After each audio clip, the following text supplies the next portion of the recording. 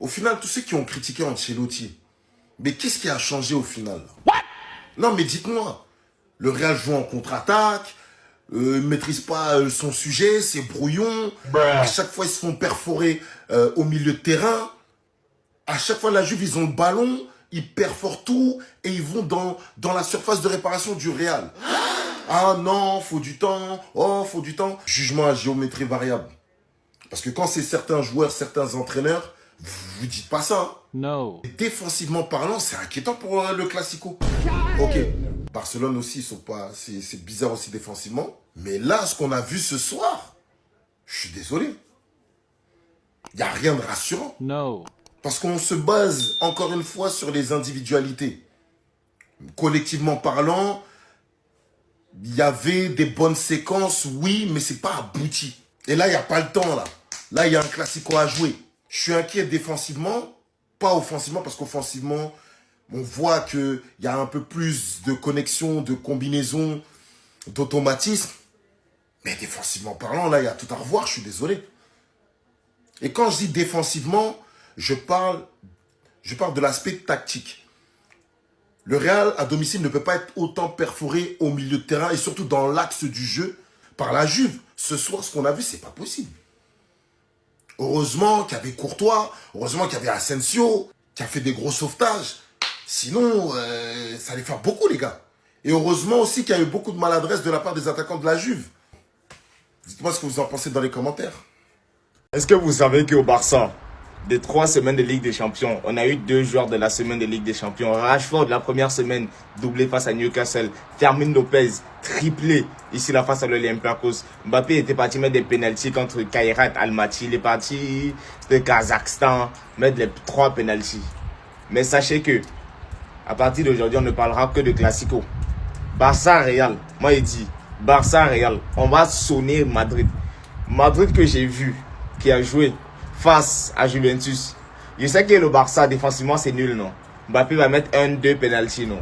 Mbappé va courir avec son copain Vinicius.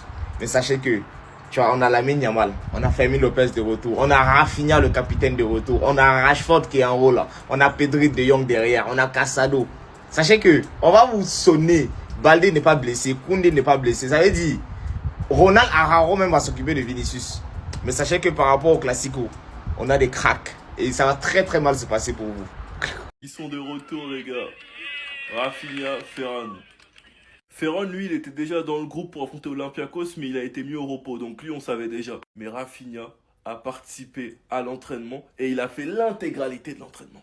Donc pour moi, il n'y a aucune raison qu'il ne soit pas dans le groupe pour affronter le Real, sauf s'il y a un contretemps. Sachant qu'à ce qui paraît, il suit un programme spécial pour essayer d'être titulaire, mais bon, le Barça ne prendra aucun risque. Mais juste d'avoir Rafinha sur le banc, déjà les gars, ce serait top.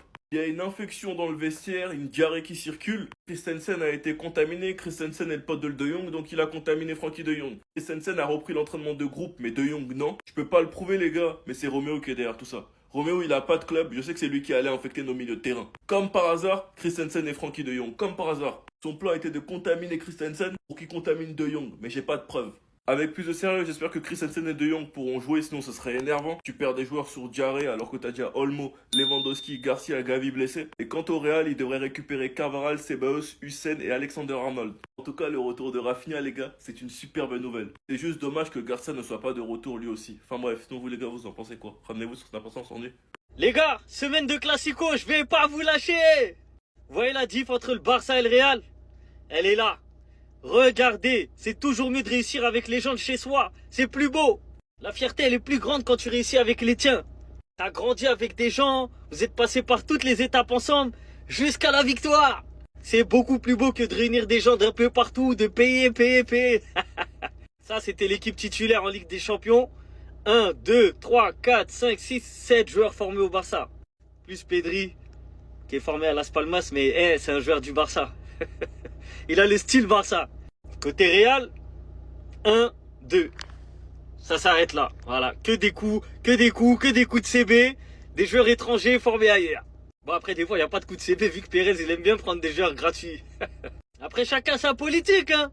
Mais pour moi, rien que pour moi, la réussite est plus belle quand tu formes les joueurs. Après, même s'ils ne sont pas formés, la réussite est belle, quoi qu'il arrive. Ne changez pas mes propos. Que tu gagnes ou que tu... Quand tu gagnes, tu gagnes. Mais quand tu gagnes avec des joueurs que tu as formés, avec des joueurs qui ont grandi dans ton club, qui ont la mentalité de ton club, qui ont le respect, les valeurs du club, c'est 10 fois plus beau. Bref, rendez-vous dimanche. Du coup maintenant on fait comment? Vous allez continuer? Jude Bellingham il est obsédé par le but, il vole les buts à Kylian Mbappé. Il a rien volé hein, c'est juste à lui. Où est notre numéro 9 sur l'action là? Il est où Mbappé? Vous pouvez continuer de chercher hein. Ils sont 7, Kylian Mbappé il est pas là. Il est là, en retrait. Et comme d'habitude, à quoi il sert? Pourquoi personne lui dit rien? Depuis l'année dernière, c'est la même chose. C'est quel neuf qui veut pas striker? Je comprends pas. Parce que Kylian en 1v1, Kylian dans la profondeur, c'est très méchant. Honnêtement, à part ce dribble, Kylian fantomatique hier. S'il l'obsédé par le but n'avait pas fait ce dépassement de fonction et avoir occupé le poste de Kylian Mbappé pendant quelques instants, on n'aurait jamais gagné. Hein. Sinon, Real Madrid, tu sais pertinemment que dans 90% des cas, tu affronteras des blocs bas. On arrive en 2026 et chaque week-end, tous les blocs bas, c'est la même chose. Les constats sont toujours les mêmes. Y a pas d'auto-analyse, y a pas d'analyse vidéo au Real. Donc on doit faire comment? Jude en 9, Kylian Mbappé à droite, Vini à gauche. Parce qu'à la base, à droite, c'était lui, il a dit il veut plus jouer là-bas. Vu que vous dites qu'il est matrixé par le but, eh bien tant mieux, c'est ce qu'on a besoin. Dites-moi en commentaire, mais je veux juste tester. Depuis qu'il arrive au Real Madrid, il s'est découvert un poste de finisseur. Sauf que, il y avait pas d'Arda avant. Il était en tôle. Donc forcément, qu'on avait besoin des qualités de Jude au milieu de terrain. Mais maintenant qu'on a notre 10, notre Tchouaméni qui s'est imposé en 6, plus notre Eduardo qui est plus dans un rôle de 8 qui fait monter les ballons, testons Jude en 9. Parce que maintenant qu'Arda est là, on voit un peu moins Jude dans le jeu. Et croyez-moi que ce trio d'attaque serait bénéfique pour tous. Les qualités de chacun seraient mis au service du collectif. Des Kylian et des Vini sur les ailes constamment lancés par des Arda Güler en profondeur qui pourraient provoquer les 1 contre 1, avec un point d'appui sur lesquels ils pourraient s'appuyer. Vous savez à quel point c'est important d'avoir un 9 de ce style qui peut reprendre des ballons aériens, qui peut reprendre les deuxièmes ballons, point d'appui. Parce que je vous parlais très français, Kylian c'est peut-être un des meilleurs au monde en ce moment. Mais Kylian, tu le mets en poste de numéro 9 il y a 2 ans, on prend pas la Ligue des Champions. Je pense vraiment que Jude pourrait très bien occuper ce rôle. Je crois d'ailleurs que Xabi il a commencé à comprendre. Il nous dit qu'il est très utile dans le dernier tiers du terrain. Il a tellement de qualité. Il sait. Le harambol ça suffit. On s'ennuie devant nos matchs, on s'endort. On galère à gagner jusqu'à la dernière minute en su contre des Oviedo. Oh! Marcus Rashford qui va certainement disputer son premier Classico dimanche, il prévient tout simplement le Real Madrid les gars, donc il a dit j'ai vraiment hâte de disputer le Classico en tant que joueur, ta carrière n'est pas très longue et ensuite ces matchs te manquent, hein. Je veux faire tout mon possible pour gagner cette rencontre bien sûr, donc le match aura lieu dimanche 16h15 au Bernabéu. On va parler cette fois-ci de son collègue Fermín López, on le félicite parce que c'est lui le meilleur joueur de cette semaine de Ligue des Champions, mais pas qu'il inscrit un triplé contre l'Olympiakos. Concernant la prochaine journée de Ligue des Champions, donc la 4e, regardez-moi ces affiches de fou. Donc ça se jouera dans 2 semaines, hein. Il y aura un Paris Saint-Germain-Bayern, le premier contre le deuxième de ce classement unique. Liverpool-Real Madrid, là aussi c'est une énorme affiche bien sûr. Manchester City recevra Dortmund ou par exemple l'Olympique de Marseille recevra l'Atalanta Bergame. Des nouvelles les gars d'un joueur qui nous manque actuellement si on aime le football, on aime ce joueur, c'est Jamal Musiala. Donc il s'était blessé, souvenez-vous, en Coupe du Monde des clubs en demi-finale contre le Paris Saint-Germain. Il est proche du retour, regardez une photo de Musiala, est enfin de retour à l'entraînement du côté du Bayern. On pourrait peut-être le voir jouer là d'ici quelques semaines.